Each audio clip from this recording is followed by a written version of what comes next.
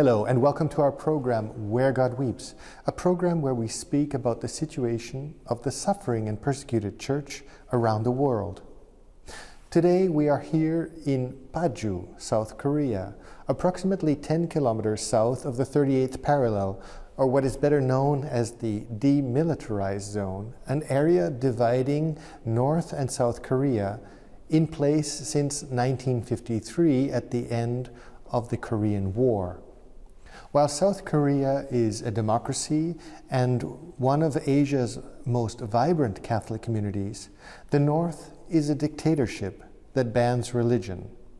To tell us more about the situation of Catholics in the North and the work of the Catholic Northeast Asia Peace and Cooperation Institute here in Paju, South Korea, it's my great privilege to welcome Father Peter Kang Ju-Seok, the director of this institute. Father Peter, thank you for being with us here today on our program. Thank you for having me on. Yeah.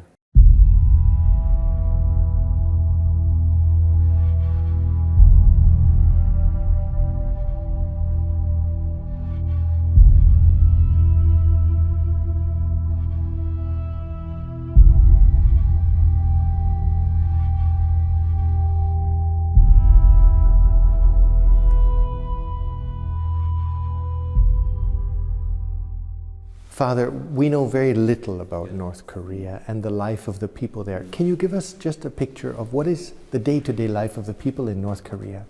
North Korean, we call the country as a hermit kingdom. We don't know much about them, but we assume that we know that the people, most people in North Korea, they are suffered from poverty. As you know that 1990s, the great famine there, so many people died. About, we say, 1 million people died from starving. So still people suffered by poverty. About the country's population is about 22 million, if I understand correctly. Yeah. Of which half live below the poverty line. Yeah. I don't know if it's possible to say or to understand, what do we understand by poverty in North Korea? How would you describe this kind of poverty? Maybe not in the capital, but in the countryside. In countryside, the state socialist economy is not function anymore. So people have to make their own daily bread, their meals. So they have to work hard to find their meals, not easily get their goods for their daily lives. Now Kim Il-sung is presenting himself like a god. Can one say that he took, as part of his ideology, Christian elements to create his godlike status in the history of North Korea? I think he did. Many similarities were founded in between Christianity and Juche ideology in North Korea. What would be some examples of how he used? His grandmother was called Peter, after Peter the Rock. Yeah. But how would he have used these Christian elements in creating his own cult of his personality? They said the supreme leader Kim Il-sung is the father, merciful father, and the Communist Party is mother, like Virgin Mary. And the people, the children of God, they think. Father, going back a little bit in history, in the 1900s, Pyongyang, which is the present capital of North Korea, at that time, it was all one Korea, one peninsula. In the 1900s, Christianity was very strong. In fact, they used to call Pyongyang the Jerusalem of the East. You know? How was it that Christianity was so strong in Pyongyang at that time? At that time, in North Korean area, many things imported from China is they import many capitalism things after Joseon Dynasty, and with Christianity, I think, and also many missionaries. So they would have come through China. Through China. And books too would have come of Matteo Ricci, Yeah. the missionaries in China. Yes, so it was in Joseon Dynasty. But after Joseon Dynasty, also many missionaries from Benedictines and especially Catholics, Benedictines and Marino missionary order from USA. So many missionary priests through from 1920 until 1941, the many about 20 missionary priests from USA have hard working there, and many church were built. I think they mentioned something like between 2,000 and 3,000 churches were in the region of Pyongyang, and every third out of every 10 Korean in Pyongyang was Christian. So it was, but not only Catholics, there were also Protestants. No? And where did the Protestant communities come from? From, I think, USA, many missionaries there in North Korea area, in Pyongyang. And so people, the number of the Christians is rapidly increasing at the time. Today, however, Father, Christianity in North Korea has been decimated. What happened between that time in the 1920s to today, where Christianity was so cut off and decimated in North Korea? 1945, North Korean regime began, and the government thought the religious group is most dangerous group against their communist revolution. So they start to persecute the religious groups. So that's why the many North Korean Christians across the border came to the south. And during the war, still more came to south, and many people also died during the war. Father, I'm going to read some numbers here because just to give a status of the Christianity today in North Korea, the religious situation in North Korea. So in 2001, the government of North Korea claimed that there were 38,000 religious believers in North Korea. 10,000 Protestants, 3,000 Catholics, 10,000 Buddhists, and 15,000 Cheondoists. Yeah, you said it correctly. It's a syncretic belief based on the philosophy of Confucianism. No? It's something, a mix. So my question to you is, are these the real numbers? Are we saying that in total there are only about 13,000 Christians today in North Korea? I think the numbers is the people, the registered people, they are known by government as Christians or religious group. For Catholics, 3,000 is, I think, officially I heard that there are 3,000 Catholics in North Korea. So in capital Pyongyang, there is a church, Catholic church there. So many, sometimes South Korean priests, bishops visit that church. And from USA or from Japan, from China, visit the church and serve the mass there. And people gathered, some 100 people gathered to say mass, celebrate mass together. In North Korea, the Catholics in North Korea are similar, the structure is similar to what it is in China. In China, they have a patriotic association, which is faithful to the communist government in China. Is that the same situation, what you have in North Korea, a government, official government Catholic church? Yes, it's similar, but I think the number of Catholics less than China in North Korea. So, and the more severe persecution were in North Korea. So, now the Catholics in Pyongyang, we in our point of view, some controversial exist in South Korea, whether they are real Catholics or the people mobilized by government to be Catholic, so we have still controversial.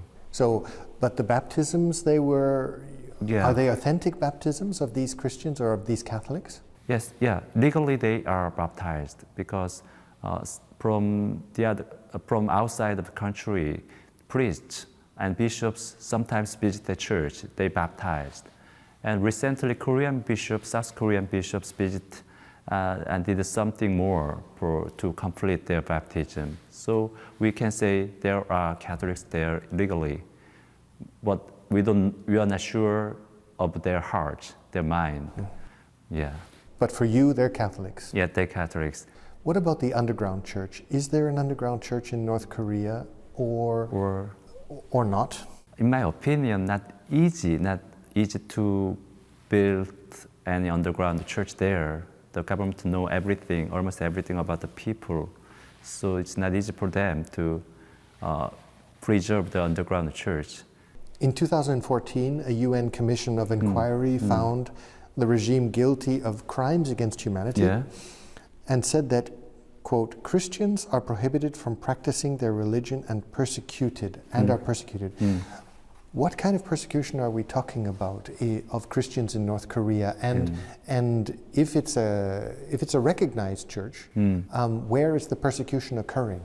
In my opinion, the persecution could be in the border area between China and North Korea. In these days, still some trial, some missionary works. For example, the missionaries in China border area, they received the North Korean refugees and they gave them the Bibles and tried to send them back. So that, and then eventually North Korean government noticed about that and they arrest them and And what happens to these Christians? As long as I know, they are arrested and they are in custody. Put into prison. Yeah, some torturing maybe, but we are not sure. Now, would these be Catholics or would these be mainly Protestant missionaries? Mainly Protestants, as long as I know. Catholics, do not. The Catholics are not involved in this kind of missionary work in China. Yeah. So in South Korean Catholics, we try to negotiate officially with the North Korean government, not secretly. In North Korea, there's a stratification system called Songbun. Can you tell us about this stratification system and what does this mean for Christians? Actually, in North Korea, the Songbun stratification affect the people, the life of people, education, their job, and their meal from the government. But nowadays, after 1990s, the system is not stable, so not easy, the affection less than before. But the Songbun system, if I understand correctly, and you have to correct me, is that the closer you are to the government, the more privileges you receive, no? And so there are, I think, 59 categories of privileges or in this stratification system, and Christians are number 56 and 57 out of the 59. Sure, yeah. And this affects, as you mentioned, your education, the access to education, access to food, and access to health care. So Christians being at the bottom means that they get nothing or very little. Sure, yeah. Especially after Korean War, the North Korean government tried to make revolution rapidly. And they thought the Christians, the religious group, is the most dangerous enemies against their revolution things. So they were the family of pastors or some Christians, the faithfuls. is bottom of that Songbun class. Father, you are here at the Catholic Northeast Asia Peace and Cooperation Institute, and you receive refugees coming from the north. Yeah. Can you tell us, how do these refugees come from what you've mentioned, the northern part of North Korea, all the way down to South Korea? How do they get here? They mainly, most of them, I think all of them, cross the border between China and North Korea. And some of them come to South Korea quickly, but many of them live a long time in China, and was several years, more than 10 years, some people, and eventually they get to South Korea. So there are we call brokers to escaping them, escape. They're like human traffickers almost. Yeah, some they're paid money. Pay money to get them out. Get them out, yeah. Are there mostly men coming? I mean, for example, in Europe, the migrants coming from Africa and the north of Africa to Europe, most are young men. Yeah. Is it the same for the North Koreans coming to South Korea? Actually, mostly women. Women come. 70% of North Korean refugees are women. Why so many women? We thought they have to live in China illegally after cross the border. The men did not find any job because they are not registered in China. So the women, especially in small village, they first married to Chinese, so they can hide their exist. So they marry, then they are registered, so they're officially in the Chinese system. How long do they live there? Especially after marrying, they cannot get the registered identification. They don't allow. Only from the husband? Only from the husband, so not registered by government. I understand. They're just hiding, but the husband tried to hide his wife. To protect the wife. Protect wife. But these women then, obviously, they leave their husbands. Do they come with their children? They abandon their husband and they come? Yeah, they abandon most women. They abandoned their husband and came to South Korea, and some of them went back to bring their children there, not their husband. You are here, we are here in Paju, in the Catholic Northeast Asia Peace and Cooperation Institute. Yeah. We are about 10 kilometers from the Demilitarized Zone. Yeah. What was the original idea of setting up this association here for this question of peace and cooperation with North Korea? Yeah. Here, there is a church. The church name is Repentance, Church of the Repentance and Atonement. This church dedicated for peace in Korean Peninsula, and our institute and our center, Peace and Unity Center, pray together and educate people for peace and reconciliation. We started discuss of peace in Korean Peninsula and Northeast Asia because it's very strongly connected. So yeah. So it's not only for North Korea, but also the idea is for China and Japan as well? Yeah, we try to peace on this area and try to study for evangelization North Korea and China or even Russia. Yeah. You've mentioned discrimination here. Yeah. So the North Korean refugees, they come here, and are they not the same as the South Koreans? Is the language the same, or do they look different? How do the South Koreans know that it's a North Korean that is in front of them on the street? When we talk with them, North Korean, their accent is different from South Korea. Almost immediately we noticed, they are from North Korea or China. So it's very easy to see. Yeah. And what kind of discrimination then would take place in the society in South Korea against the North Koreans? Basically, there is a minority problem basically we have, and add more discrimination but because of the conflict between South and North Korea.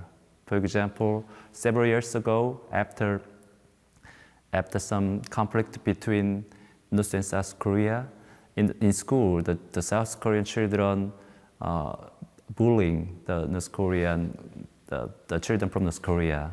Yeah.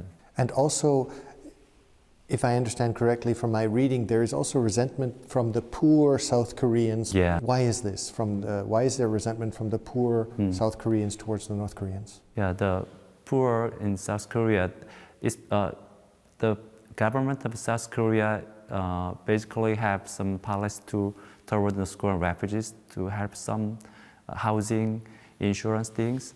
That's why the poor in South Korea, they are jealous about that. Yeah. What can you do practically for these North Korean refugees? What is your first when a North Korean refugee comes and knocks on your door? What do you do first?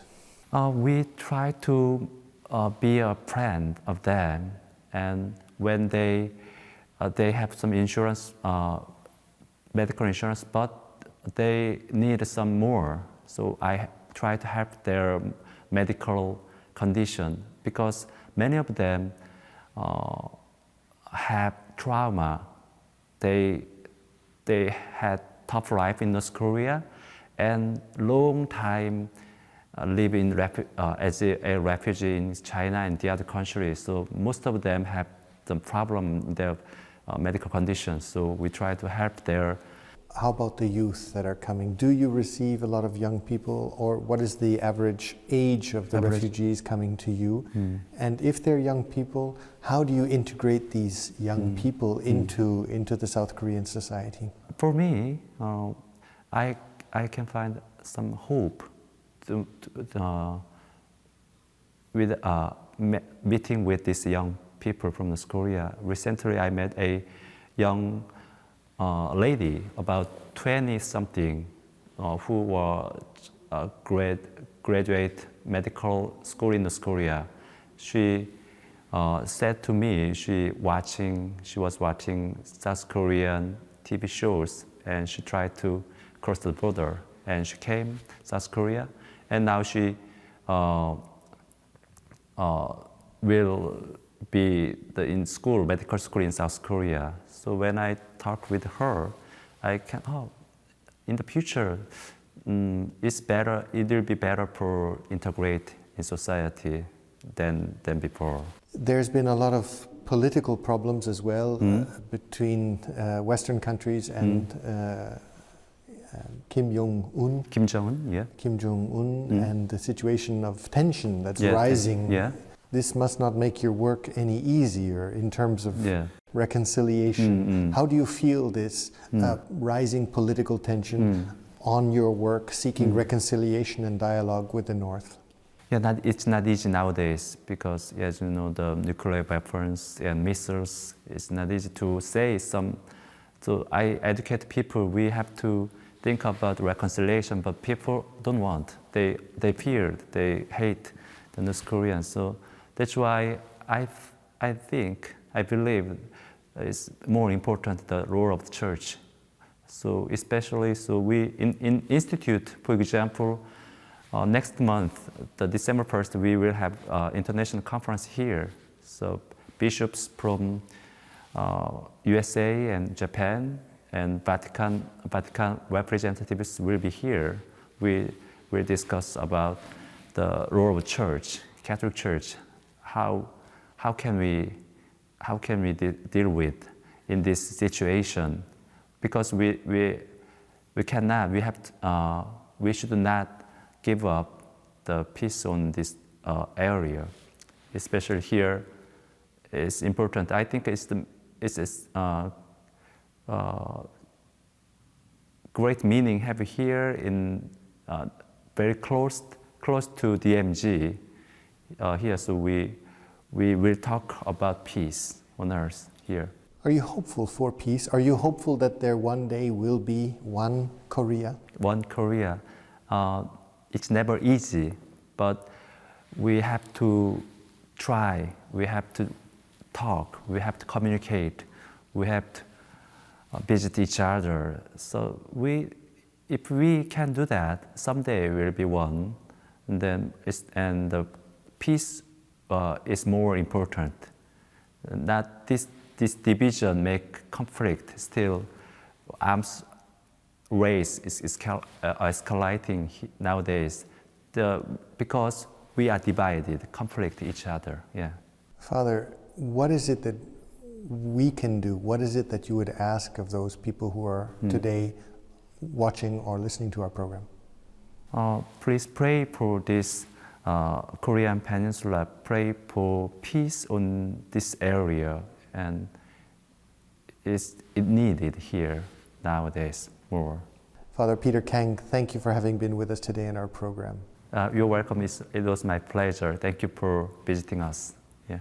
And thank you, ladies and gentlemen, for having been with us today in our program, Where God Weeps. And if you'd like to know more about the situation of the Catholics in South and North Korea, please have a look at our contact information at the end of this program.